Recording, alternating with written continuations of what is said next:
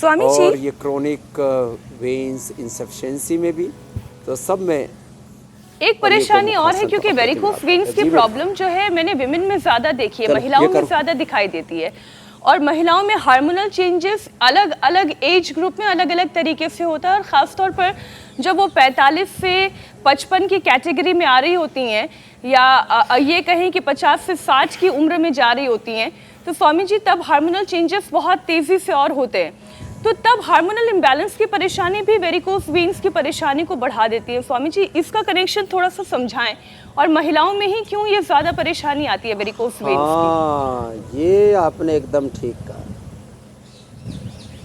Ladies को एक तो दशमूल का काढ़ा, शिवलिंगी पुत्र जीवक का प्रयोग, जिनको इनफर्टिलिटी है, जिनके यूट्रस में फर्स्ट ओवरी में सिस्ट है, सिस्ट ओवरी या वृद्धि बाधिका, कासन और गुगुल का प्रयोग, दशमूल के काढ़े के साथ हमने एक नई औषधि बनाई है, नारी कांति, जैसे केश कांति बालों के लिए, दंत कांति दांतों के लिए, और एलो कांति स्किन की प्रॉब्लम्स के लिए क्रांतिकारी हमने अनुसंधान किया है।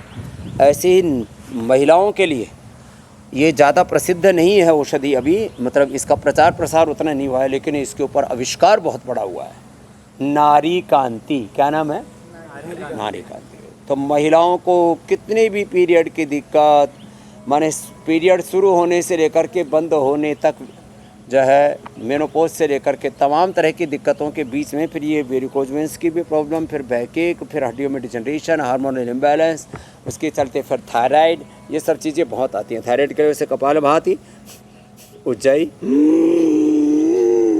होल्ड करके थोड़ी देर 10-15 सेकेंड, फिर सिंहासन, करो एक बार,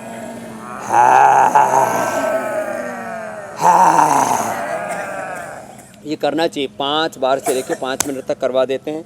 दोनों हाथों में पॉइंट दबा देते हैं। ये बातें तो बड़ी छोटी छोटी हैं लेकिन बड़ी महत्वपूर्ण है। तो ये तो पाचन का भी समाधान बता दिया। खाली पेट अनार खाने से पाचन बहुत अच्छा रहता है। बग्गू कोसा और हेमा मालिनी की तरह संतरा खाओ।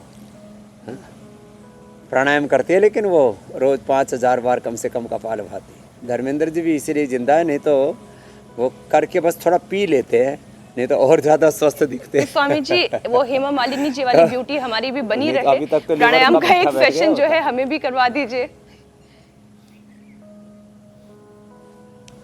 अरे बहुत ज़रूरी है।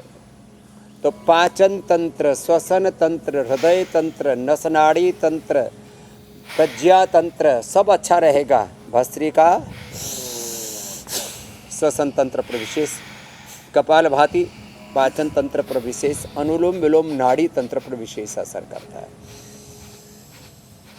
और हाँ, फिर प्रश्न तंत्र भी आगे शुरू हो जाएगा, लेकिन ये तो करते ही रहना है। जो अधिक का आसन न कर पाएँ वो प्राणायाम तो पूरा कर लें। अभी भगवान सूर्य देव को मेघ धीरे धीरे ढक रहे हैं। कभी बादल आ जाते, कभी छट जाते। आज तो कावड़ इतनी ज़बरदस्त चल रही है, आदमी से आदमी सटा हुआ है, हरिद्वार से लेकर के दिल्ली तक। क्या गजब है साहब। शिव भक्ति का ये जो सैलाब है, ओहो, चारों तरफ जो जलवा है, ये देखते ही बनता है।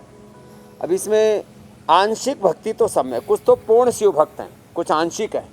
कभी कभी हुक्का पी लेते हैं, कभी कभी सुट्टा भी मार देते हैं, कुछ नशेड़ी गंजेड़ी भगेड़ी भी बीच बीच में आ जाते हैं, लेकिन उनकी भी शिव भक्ति तो एक दिन वो उससे उभर भी जाएंगे।